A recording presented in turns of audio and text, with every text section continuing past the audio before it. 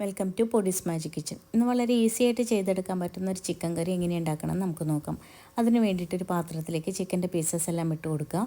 എന്നിട്ട് 4 ടീസ്പൂൺ മുളക് പൊടി, 3 ടീസ്പൂൺ മല്ലിപ്പൊടി, 1 ടീസ്പൂൺ മഞ്ഞൾപ്പൊടി, 2 ടീസ്പൂൺ കുരുമുളക് പൊടി, 1.5 ടീസ്പൂൺ ഗരം മസാല ഇത്ര ഇട്ടതിന് ശേഷം 3 ടീസ്പൂൺ ജിഞ്ചർ ഗാർലിക് പേസ്റ്റും കൂടി ഞാൻ ചേർത്ത് കൊടുക്കുന്നുണ്ട്. ഇത് ചതച്ച് ചേർത്താലും മതി, അതാണ് ഏറ്റവും നല്ലത്. എന്നിട്ട് അതിലേക്ക് പാകത്തിനുള്ള ഉപ്പും കൂടെ ചേർത്തിട്ട് മല്ലിയിലും ചേർത്തിട്ട് നന്നായിട്ട് അങ്ങോട്ട് മിക്സാക്കി കൊടുക്കുക. നന്നായി യോജിപ്പിച്ചതിന് ശേഷം നമുക്കത് കുക്കറിലേക്ക് ഇട്ട് കൊടുക്കാം. ഇത് അധികം പണിയൊന്നും അറിയാത്ത കുട്ടികളാണെങ്കിൽ പോലും പെട്ടെന്ന് ചെയ്തെടുക്കാൻ പറ്റുന്നൊരു കറിയാണ്. വളരെ എളുപ്പത്തിൽ നമുക്കിത് ഉണ്ടാക്കാവുന്നതേ ഉള്ളൂ കേട്ടോ.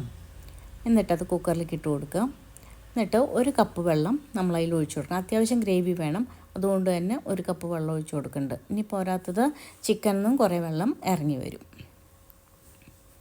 എന്നിട്ട് കുക്കർ അടച്ചിട്ട് 1 വിസിൽ വരുത്തുക.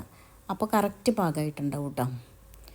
ഇനി ഒരു പാൻ അടുപ്പത്തേക്ക് വെച്ചിട്ട് അതിലേക്ക് എണ്ണ ഒഴിച്ചു കൊടുക്കാം. എന്നിട്ടൊരു 5 സവോള അരിഞ്ഞു വെച്ചിട്ടുണ്ട്. അത് നന്നായിട്ട്, അതും ഒരു 3 പച്ചമുളകും കൂടി അരിഞ്ഞു വെച്ചിട്ടുണ്ട്. അത് രണ്ടും കൂടി ഇട്ടിട്ട് നന്നായിട്ടൊന്ന് ചുമക്കണ വരെ നന്നായിട്ട് അങ്ങോട്ട് മൂപ്പിക്കുക. അത് പെട്ടെന്ന് മൂത്ത് കിട്ടാൻ വേണ്ടിയിട്ട് ഉപ്പ് ചേർത്ത് കൊടുക്കുകയാണ്. എന്നിട്ട് നന്നായി മൂപ്പിച്ചതിന് ശേഷം നമ്മുടെ കുക്കറിൽ കറക്റ്റ് പാകമായിട്ട് വെന്തിട്ടിരിക്കുന്നുണ്ടാവും. അത് ആ ചിക്കൻ കറി ഈ സവോളയിലേക്ക് അങ്ങോട്ട് കൊട്ടി കൊടുക്കുക. എന്നിട്ട് 1.5 കപ്പ് തേങ്ങാപ്പാൽ എടുത്ത് വെച്ചിട്ടുണ്ട്, അതും കൂടി ഒഴിച്ചു കൊടുക്കുക. എന്നിട്ട് ഉപ്പ് എന്തെങ്കിലും കുറവുണ്ടെങ്കിൽ ഈ സമയം നമുക്ക് ചേർത്ത് കൊടുക്കാം കേട്ടോ. എന്നിട്ട് കുറച്ച് മല്ലിയിലയും കൂടി അതിൻ്റെ മുകളിൽ തൂവിയിട്ട് ഒരു 5 മിനിറ്റ് നന്നായിട്ടൊന്ന് തിളക്കട്ടെ.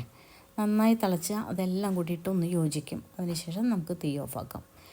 ഇത് ചപ്പാത്തിയുടെ കൂടെയും പൊറോട്ടയ്ക്കും പുട്ടിനും വെള്ളയപ്പത്തിനും എല്ലാം നല്ലതാണ്. ചോറിന് പോലും നല്ല ടേസ്റ്റുള്ള കറിയാണ്.